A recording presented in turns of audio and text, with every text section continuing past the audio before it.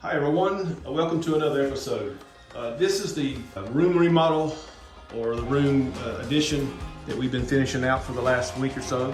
You saw some earlier videos about the door being worked on, maybe some of the insulation being put up on the ceiling.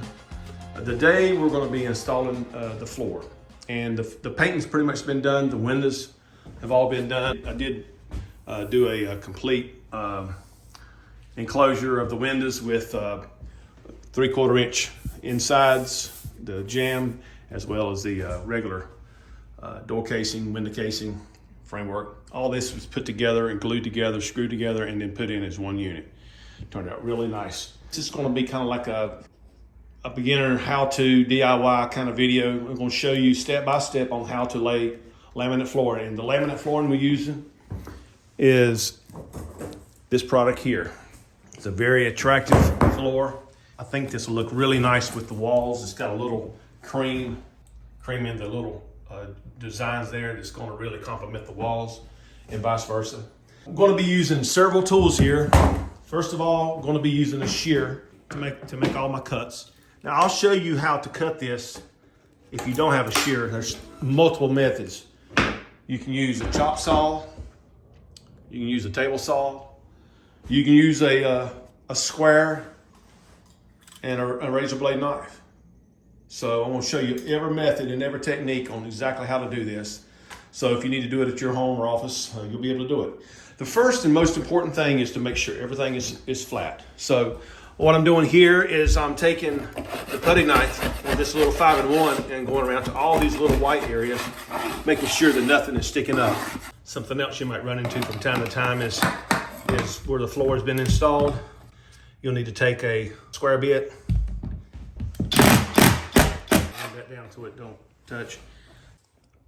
Okay, the next thing we'll have to do is cut the reliefs around any door casings or trims that are not going to be covered by your baseboard. And this right here is nearly okay, but it's touching just a little bit there. So we will be using the multi-tool to get that right.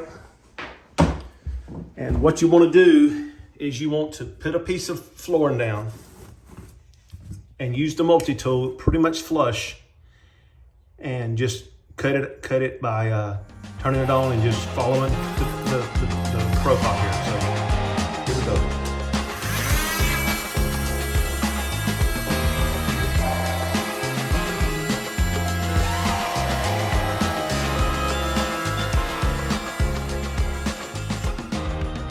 When you get done, it should just slide underneath there.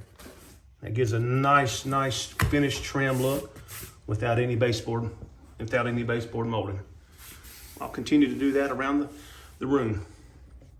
So the next thing we need to do is just vacuum it real good, get up all the loose debris, and start laying out our plan.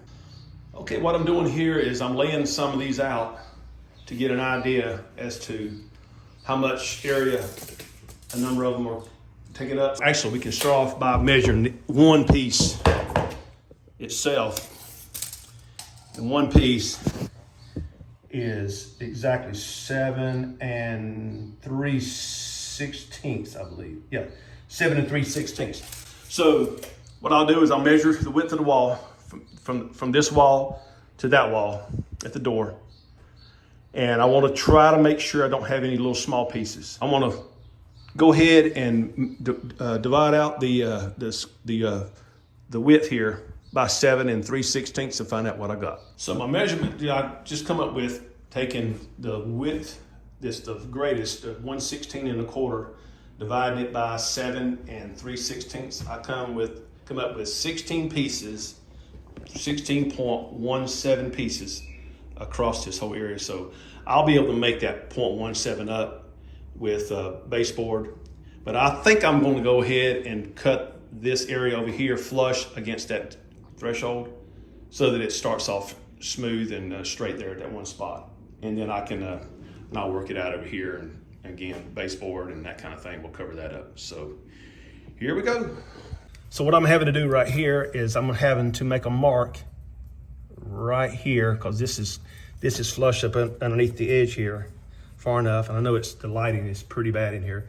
But I do have a gap right here that I'm trying to make up. Right here it's touching, but I'm gonna go ahead and cut this out a little bit here, and I'm gonna just lay my pencil down right along the edge here, flush, and just do a scribe. And then I'm gonna take and cut that. Now, from this point here, I can cut probably a good 1/4 inch all the way along the whole edge.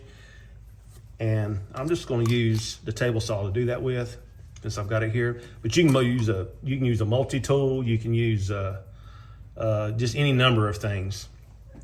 But I'm gonna use the table saw. I am using the saw stop today. And the saw stop is the saw that if your finger hits the blade, it won't cut your finger. It will actually just, the blade slams down into the cabinet and it ruins the cartridge that you have to replace. But you have to plug it in and give it about 30 seconds, and now it's ready to go.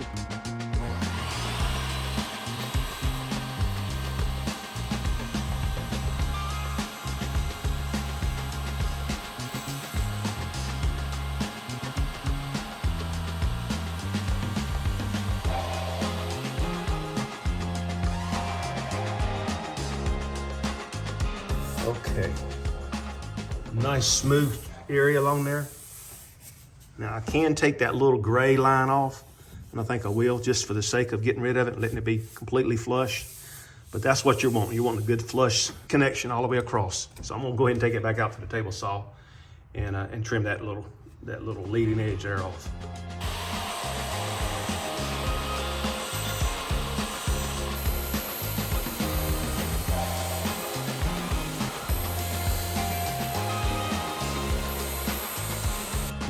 Perfect.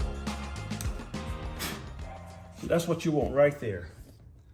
You want it, and again, this is really hard to see, but you want to be able to see no gap right there. So what we need to do now is just continue on with yet another piece, and I'll try to go ahead and see how this works out.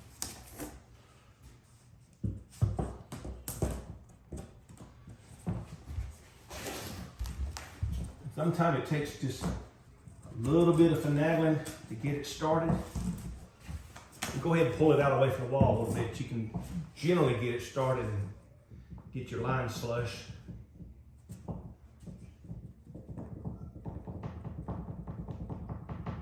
Okay, there we go. You want to make sure that these two joints is completely flush here with no overhang. Run your finger back by it, whatever it takes to make sure it's good. And so now I'll just measure from the wall over here to this point. And that is exactly 39, and well, we'll want to give it a little bit of a breathing room over there. So say 39 3/4. So what you want to do when you're measuring this is you want to, since both tongues, this tongue and this tongue has to match up with each other, but because you're having to measure from the wall to this tongue, the best thing to do is to turn it around and put the long tongue to the opposite side, butt it up against the wall, take your pencil and mark right there at that. And then either take your square and knife and cut it, which I'll show you that method right now, or you take your shear. So let's do it with the square and a knife right quick. Get right on your line and just score it. And it snaps off. All you gotta do then is trim that little black stuff off and you're good to go. That's the way I do it with a shear. It's much quicker. It's got a tape measure on it as well. At this point, we wanna do the same thing as we did at the last joint, get the end in there, but also get the outer line flush.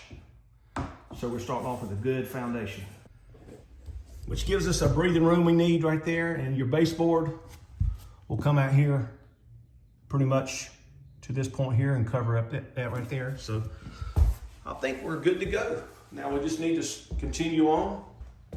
See how it turned out at the doorway there. Looking good, looking real good. So now, when you do cut off a piece, as I did in this situation right here, This piece here can be the beginning of the next piece. As long as this piece is at least 6 inches long. Now let's measure it. We're good to go, 8.5, so we can use this. You don't want to go anything less than 6 inches. So we'll go ahead and start the next piece. Lays in there just like that. It's gonna really look nice against this wall. So we'll just continue on. I forgot to mention some of the tools we use for the trade. One is a little block to hang over the edge here. What you'll a lot of times find is you'll have a little bit of a spring. And until that spring is gone, by tapping this block here against this, now this is a long, you got a long edge here and you got a small edge here. The small edge generally will work on the opposite side. I'll show that to you in a minute, but the long edge, you want to lay it right in there. You don't want to lay it up against the end. You want to catch just that edge right there.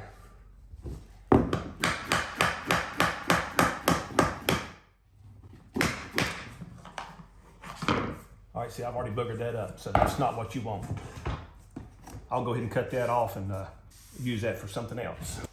This is a good time to show you my shear.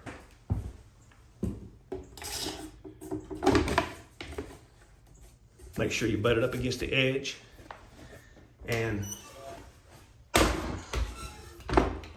pull down, and that gives you a perfectly straight edge, square edge.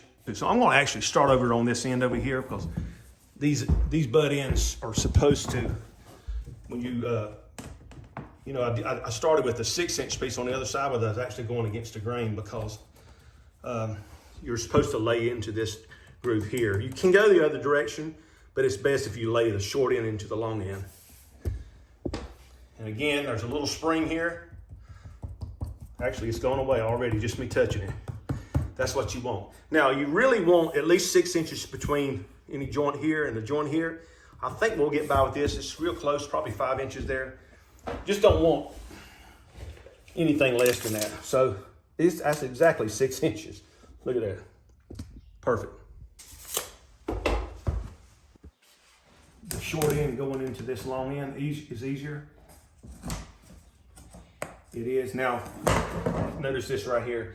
This back piece is already slid a little bit. So what I need to do is, before I go any further, is go ahead and bring that back out to meet the flush edge right here. Because this right here, if I get it flush against this one here, there's about 1/8 of an inch gap. So we'll go ahead and get that done.